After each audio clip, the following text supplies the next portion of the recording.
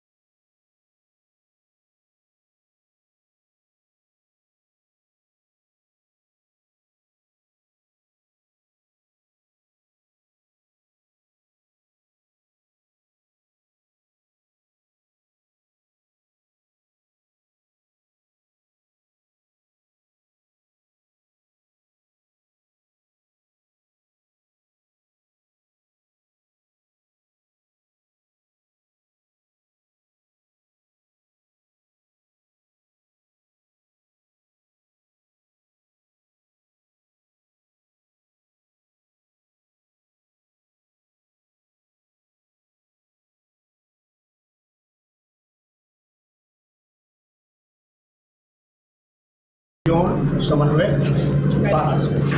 हाँ पांडे जी, आज किस तरह की प्रचारता की गई है, क्या उद्देश्य है? आज का उद्देश्य है 24 से 27 तारीख में 108 कुंडी यज्ञ है, जिसमें विशेष तौर पर हमारी महिला टीम है और गायत्री परिवार के मुख्य रूप से सफाली दीदी जी आ रही हैं, जो हमारे नारी जागरण के धुरी है। वो विश्व में नारी जागरण के अभियान में निकली हुई है। हमारी टीम जो है विविध संस्कार। क्या कार्यक्रम है, कब से निकले कार्यक्रम, कहाँ से निकलेगा?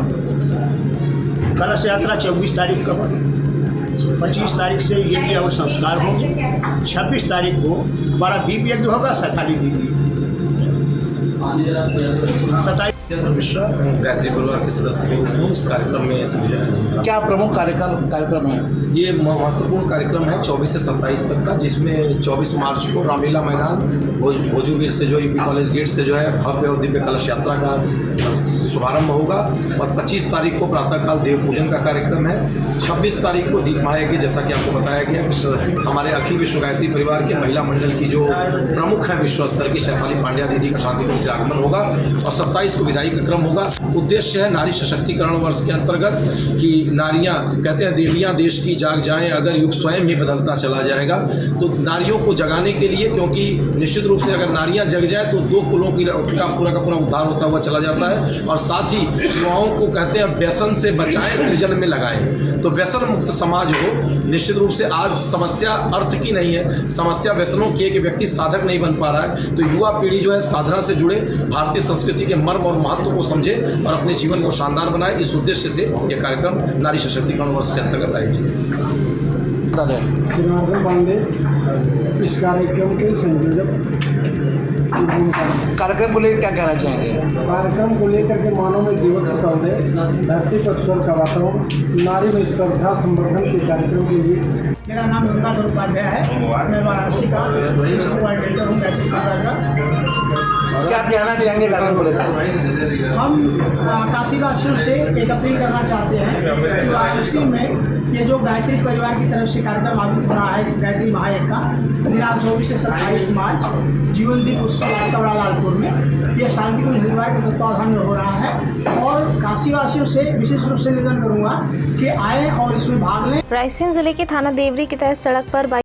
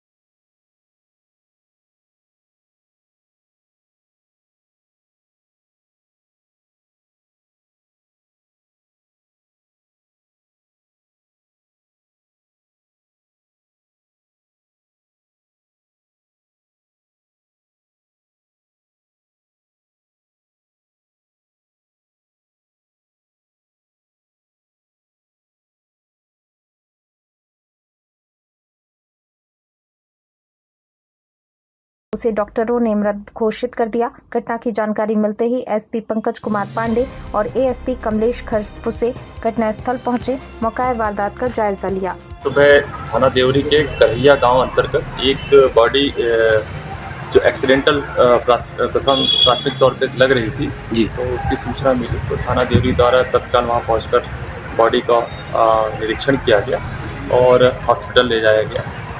तो उसके बाद पता चला कि उस बॉडी में जो है वो गनशॉट इंजरी है। पीएम करा के परिजनों को डेड बॉडी सुपुर्द कर दी गई है और इसमें विवेचना की जा रही है। सर परिजनों का किसी पे शक है क्या है सर? चूँकि किसी का कोई नाम मित्र के साथ रहने वाला जो है वो सागर का है। अच्छा। और मित्र के साथ कल यहाँ टिमरावन राव आना बताया गया। अच्छा। तो मित्र से ही पूछताछ की जा रही है और विभिन्न पहलुओं पे इस पे जांच की जा रही है। मित्र को सर गिरफ्तार किया गया है? अभी पूछताछ की जा अच्छा, रही है, क्योंकि सारे जब साक्ष्य एकत्र होंगे उसी के आधार पर अग्रिम कार्रवाई की जाएगी। बोरपानी वन परिक्षेत्र में कुमरुम कक्ष क्रमांक 9 में लगी आग, सैकड़ों पेड़ चढ़े आग की भेंट। यहाँ पदस्थ वन कर्मी सलोनी चौहान को 2 बीट का प्रभार दिया गया है। यहाँ वॉचर के रूप में 2 लोग कार्यरत हैं, कदमा कोरको और हीरा कोरको। ज्ञात हो कि आज ही chief conservator forest Narmadapuram Harda आए हैं। श्री राम कुमरे की ग्राउंड जीरो से रिपोर्ट।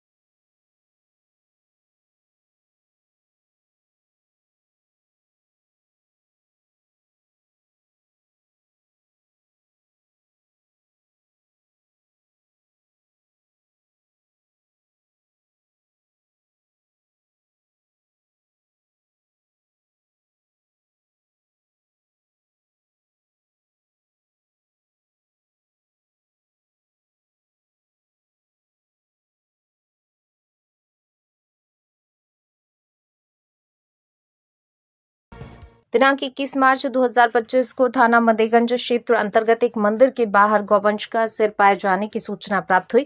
थाना पुलिस द्वारा तत्परता से मौके पर पहुंचकर स्थिति को नियंत्रित किया गया और धार्मिक भावनाओं को दृष्टिगत रखते हुए अवशेष को विधि सम्मत तरीके से तत्काल वहां से हटा दिया गया। मौके पर शांति व्यवस्था कायम है। घटना के संबंध में गंभीरता से जांच की जा रही है। आसपास के क्षेत्रों में लगे सीसीटीवी कैमरों की फुटेज खंगाली जा रही है एवं अनावरण हेतु समुचित टीमें गठित कर दी गई हैं। वैज्ञानिक एवं तकनीकी साक्ष्य एकत्रित किए जा रहे हैं। शीघ्र ही अनावरण कर आवश्यक कठोर वैधानिक कार्यवाही की जाएगी। पुलिस आमजन से अपील करती है कि शांति एवं सौहार्द बनाए रखें, किसी भी प्रकार की अफवाहों पर ध्यान न दें एवं कोई भी भ्रामक या फिर उकसाने वाली सूचना सोशल मीडिया या अन्य माध्यमों से प्रसारित न करें। ऐसी किसी भी सूचना की सत्यता की पुष्टि हेतु स्थानीय पुलिस से संपर्क करें। पुलिस कमिश्नरेट लखनऊ कानून व्यवस्था बनाए रखने हेतु पूर्णतः सतर्क एवं प्रतिबद्ध है। जनहित में जारी media cell, police commissionerate Lucknow. थाना मदेगंज में 112 नंबर की एक सूचना प्राप्त हुई, जिसमें कि त्रिवेणी नगर तृतीय हनुमंत नगर मोहल्ले में एक गौवंश के अवशेष की सूचना प्राप्त हुई थी, जिस पर मौके पर सभी अधिकारियों के द्वारा मौके पर निरीक्षण घटनास्थल किया गया और तत्काल ही थाना स्थानीय पुलिस के द्वारा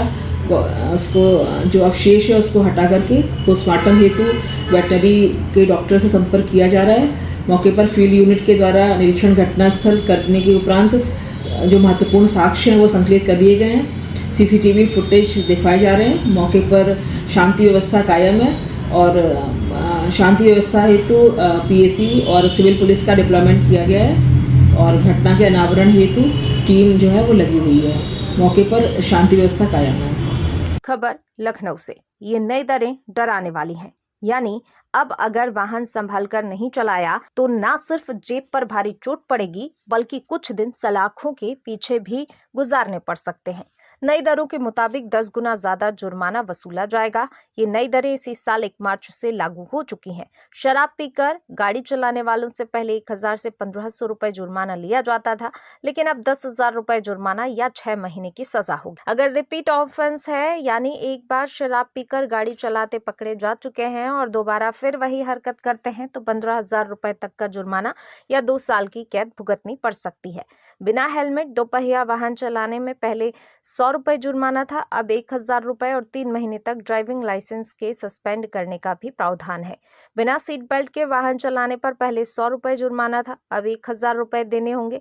वाहन चलाते वक्त मोबाइल फोन पर बात करते हुए पकड़े जाने पर पहले 500 रुपए जुर्माना था, जिसे बढ़ाकर 5,000 रुपए कर दिया गया है। दोपहिया वाहन पर 3 सवारी लेकर चलने में भी 100 रुपए की जगह 1,000 रुपए जुर्माना देना होगा। खतरनाक ड्राइविंग करने वालों से 500 रुपए की जगह 5,000 रुपए जुर्माना वसूला जाएगा। ओवरलोडिंग पर 2,000 रुपए की जगह 20,000 रुपए और सिग्नल जंप करने पर 500 की जगह 5,000 रुपए जुर्माना वसूला जाएगा। जुवेनाइल यानी 18 साल से कम उम्र के किशोर वाहन चलाते पाए गए तो 2,500 रुपए की जगह 25,000 रुपए तक का जुर्माना और 3 साल तक की सजा हो सकती है। वाहन का रजिस्ट्रेशन भी 1 साल तक के लिए निरस्त हो सकता है। ड्राइविंग लाइसेंस के लिए 25 साल तक की उम्र तक अयोग्य भी घोषित किया जा सकता है। गाड़ी चलाते वक्त अगर बीमा के कागज नहीं है तो पहले 200 रुपए से 400 रुपए दंड लगता था, अब 2,000 रुपए से 4,000 रुपए दंड लगेगा। इसके साथ ही 3 महीने की सजा भी हो सकती है या फिर सामाजिक सेवा के लिए लगाया जा सकता है। लखनऊ से आकाश त्रिवेदी की रिपोर्ट। मध्य प्रदेश के विदिशा जिले से एक सनसनीखेज मामला सामने आया है। किन्नर समाज के लोगों ने ट्रेन में एक युवक को इतना पीटा कि उसकी मौत हो गई। पिटाई का वीडियो भी सोशल मीडिया पर जमकर वायरल हो रहा है। मृतक की पहचान आदर्श विश्वकर्मा के रूप में हुई है, जो विदिशा जिले के गंज बासौदा का निवासी था। वह प्रतिदिन गंज बासौदा से भोपाल नौकरी के लिए ट्रेन से आता जाता था। जानकारी के अनुसार ये घटना 15 मार्च की है। मृतक आदर्श रात के समय गोंडवाना एक्सप्रेस से गंज बासौदा लौट रहा था। इसी दौरान रास्ते में सांचे के आसपास किन्नर समाज के लोगों ने उससे पैसे मांगे और पैसे न देने पर विवाद इतना बढ़ गया कि किन्नरों ने आदर्श के साथ बुरी तरह से मारपीट। 8-10 किन्नरों ने चलती ट्रेन में आदर्श को इतनी बेरहमी से पीटा कि उसकी मौत हो गई। उसका शव गंज बासौदा रेलवे ट्रैक के पास मिला है। इस घटना का जो वीडियो वायरल हुआ उसमें किन्नर आदर्श को ट्रेन की बोगी में बेरहमी से पीटते दिख रहे हैं। वीडियो में दिख रहा है कि आदर्श पर किन्नर लात घूंसे बरसा रहे हैं और उसके ऊपर कूद रहे हैं। इस दौरान ट्रेन में मौजूद सभी लोग मूक दर्शक बने रहे। किसी ने भी आदर्श को बचाने और किन्नरों को रोकने की कोशिश तक नहीं की। वहीं विश्वकर्मा समाज ने आदर्श की हत्या पर आक्रोश जताते हुए आरोपियों के खिलाफ कड़ी से कड़ी कार्रवाई करने और ट्रेन में किन्नरों के बख्शीश मांगने पर रोक लगाने की मांग की है। इस संबंध में प्रदेश के कैबिनेट मंत्री, दर्जा प्राप्त और विश्वकर्मा कल्याण बोर्ड के प्रदेश अध्यक्ष प्रेम नारायण विश्वकर्मा का कहना है कि आदर्श उनका रिश्तेदार था और इस घटना को लेकर समाज के लोगों में काफी रोष है। उन्होंने दोषियों के खिलाफ कड़ी कार्रवाई की मांग की है। मंत्री ने कहा कि आदर्श विश्वकर्मा प्रतिदिन गंज बासौदा से भोपाल अप डाउन करता था। किन्नरों ने ट्रेन में उसके साथ मारपीट कर उसे बेरहमी से मार डाला। हम प्रशासन से सख्त कार्रवाई की मांग करते हैं। वहीं इस मामले में पुलिस अधिकारी योगेंद्र सिंह परमार का कहना है कि हमें एक डेड बॉडी मिली थी, जिसके संबंध में हमने मर्ग कायम कर किसी घटना या दुर्घटना में हुई मौत का पंचनामा बनाते समय घटना की पुष्टि करना, मामले की जांच शुरू कर दी। उन्होंने कहा कि एसपी ने भी हमें यही निर्देश दिए हैं कि जैसे ही रिपोर्ट आएगी हम उचित कार्रवाई करेंगे। भारतीय रेल में सफर के दौरान ट्रेनों में किन्नरों से अमूमन सभी यात्रियों का सामना होता है, मगर पिछले कुछ समय से ट्रेनों में किन्नरों द्वारा यात्रियों को परेशान करने की घटना लगातार बढ़ी है। किन्नर जबरन यात्रियों से पैसा वसूलते हैं।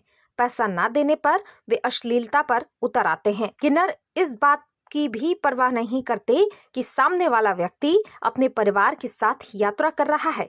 उनके खौफ से यात्री उन्हें पैसे देने को मजबूर हो जाते हैं। रेलवे में सफर के दौरान किन्नरों द्वारा जबरिया पैसा मांगने को लेकर यात्री की शिकायत पर रेल अधिनियम की धारा 144 बी के तहत अपराध दर्ज किया जा सकता है। बुरहानपुर में सोशल मीडिया पर आपत्तिजनक टिप्पणी मामले में चौंकाने वाला खुलासा हुआ है। पुलिस जांच में सामने आया कि यश शाह नामक युवक ने नाबालिग युवती की फर्जी इंस्टाग्राम आईडी बनाकर इस हरकत को अंजाम दिया था। इसके बाद शहर में तनाव का माहौल बन गया था।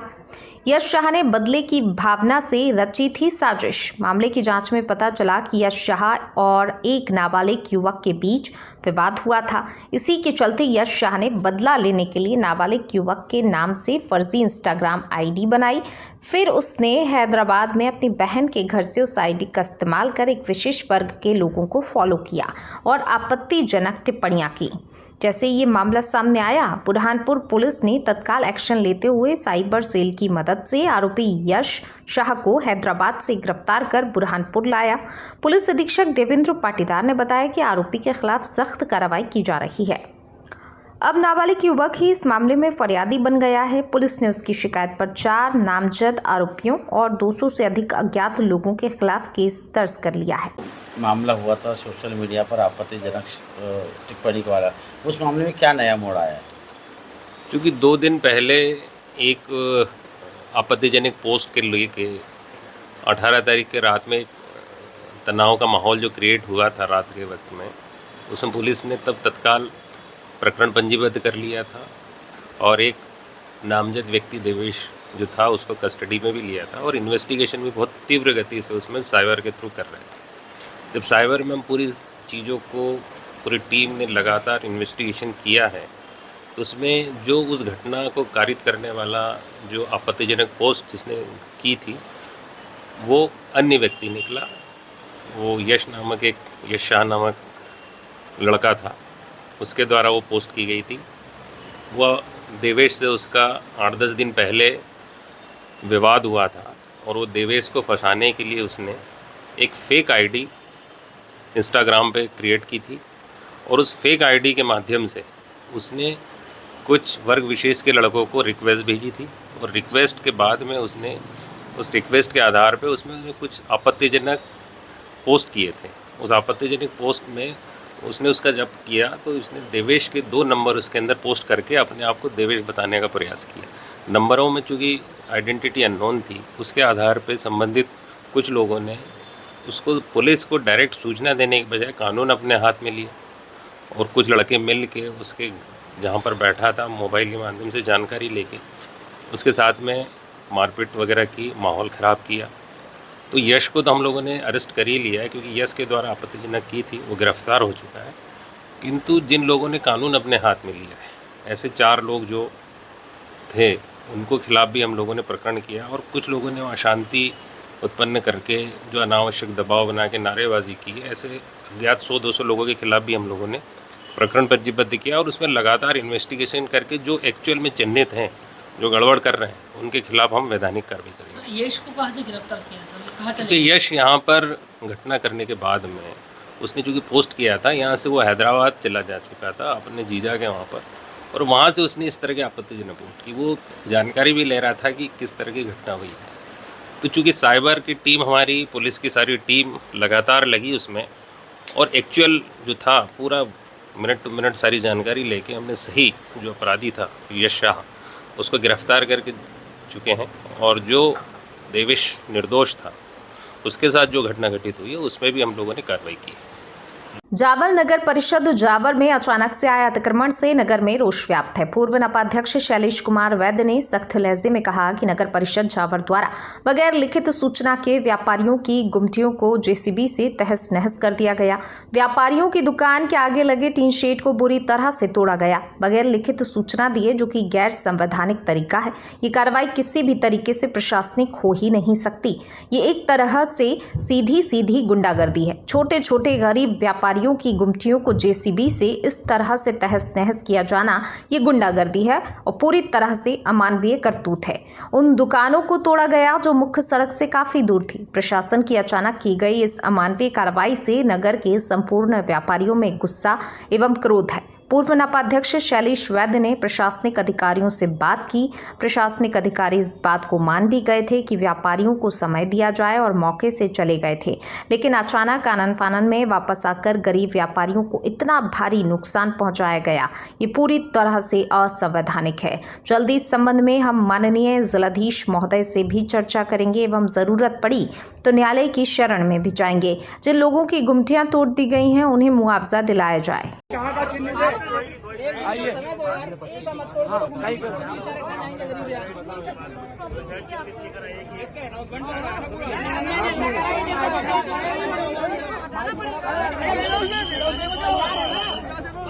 टाइम तो दें, आप यही तो बोल रहे हैं।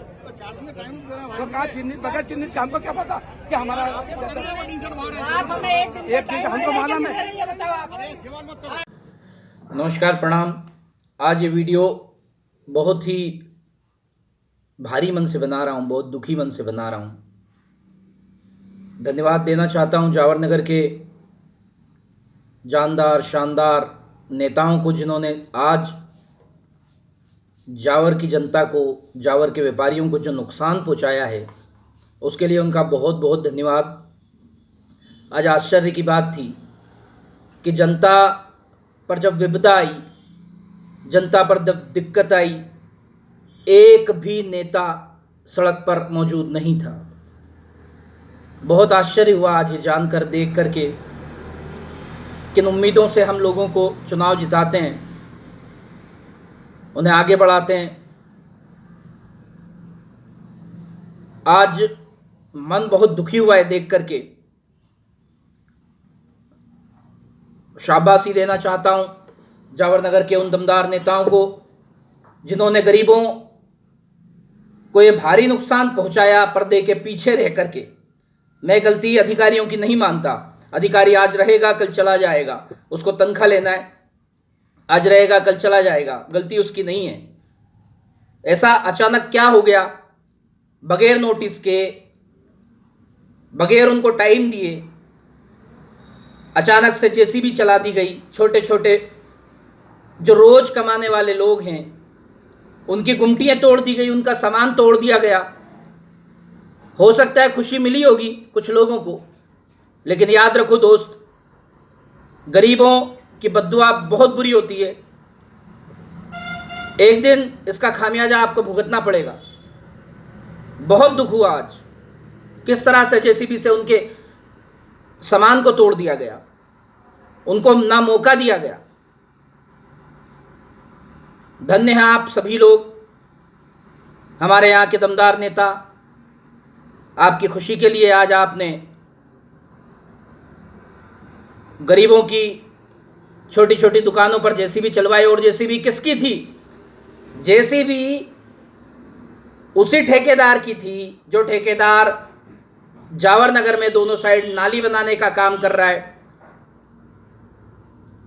उसी की जेसीबी का उपयोग आपने यहाँ करवाया।